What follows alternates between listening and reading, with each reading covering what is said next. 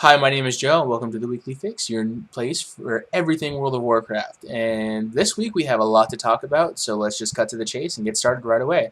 Over the weekend, BlizzCon was being held in Anaheim, California, where we had a lot of news regarding World of Warcraft, starting with, and mainly, the newest expansion, Mists of Pandaria.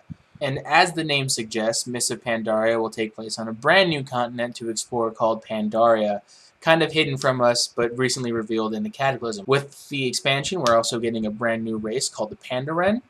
If you don't remember what they are, it was at first an April Fool's joke from Blizzard, and then introduced in Warcraft 3, and kind of gained popularity ever since. So we're now being able to play Pandaren, and in the starting zone, it's going to be faction neutral, and at level 10 you actually get to choose your own faction, which is kind of cool. The races that can actually play a monk are every single race except for the goblin and the worgen. They are not a hero class. They are starting at level 1, and you can choose between either being a brewmaster, a mistweaver, or a windwalker, which is tanking, healing, and DPS respectively. Healers will be using offhands. They kind of disapprove of using shields as it takes away from the martial arts aspect of the monk. Introduced as well are PvE scenarios, and what they are is they're trying to reuse old parts of the world to introduce more of a unique leveling experience. So, and what those are is they could be like a PvE related battleground, stage tier questing, and basically more group quests.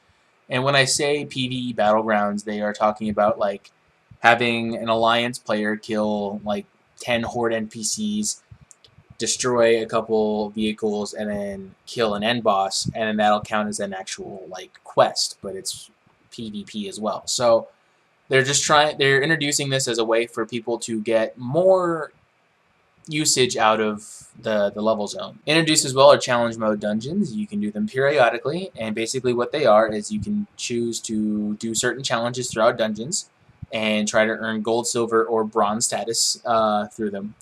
And they will normalize your gear. Every single player's item level is brought to the same, so that way it's a unique challenge for everyone. And through completing these, you earn unique gear to show off to people, essentially. Introduced as well are the pet battle system, and everyone is calling this the Pokemon of World of Warcraft. Introduced are companion pets, where you can actually level up and battle against other players for experience points and bragging rights. So you can be the companion pet master. Each battle will be turn-based, and you can compete for PvE or PvP options when it comes to your pets. Each pet will gain experience and level up, and you also gain experience and level up through fighting with your pets. There will be 9 new dungeons in this expansion. 6 of them will be on Pandaria itself. Skullman's and Scarlet Monastery will be back as a heroic mode dungeon, and there are 3 raids being introduced as well into Mists of Pandaria. More to be added later, but that's to be expected. And also, world raid bosses will finally be making a return, which is going to be kind of exciting. In a more foreseeable future, patch 4.3 will be released soon with 3 5-man heroic dungeons called the End Time, Hour of Twilight, and Well of Eternity, where players will be gearing up for the final attack on Deathwing, which is the newest raid called the Dragon Soul. As well as that, we also have the Transmogrification, which basically you are allowed to change your gear into that of an older gear set.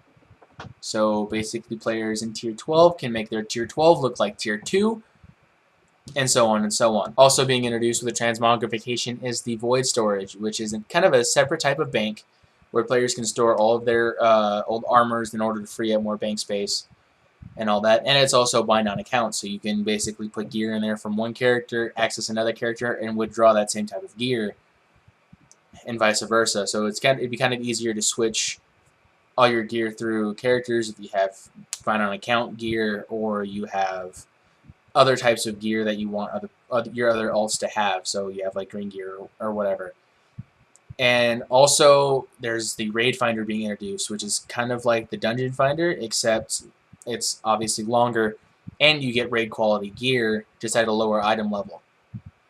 And the difficulty is reduced a little bit more. So it introduces players into raiding, so they know the mechanics, and it's easier for them to actually get introduced into raiding with their guild or on their server, or etc. Also, last but not least, we have the World of Warcraft Annual Premium Pass. Basically, it's a year-long subscription, and at the very end of the subscription, you also get Diablo 3 for free.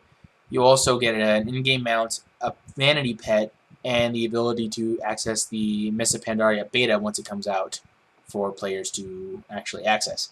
So it's kind of cool. You can also pay for it monthly, so $14.95 a month for the 12 months, and then you can also get all the benefits and stuff from that too. So keep on the lookout for that. I think you can sign up for it now. I'll include a link underneath. And that concludes all I have to say for now.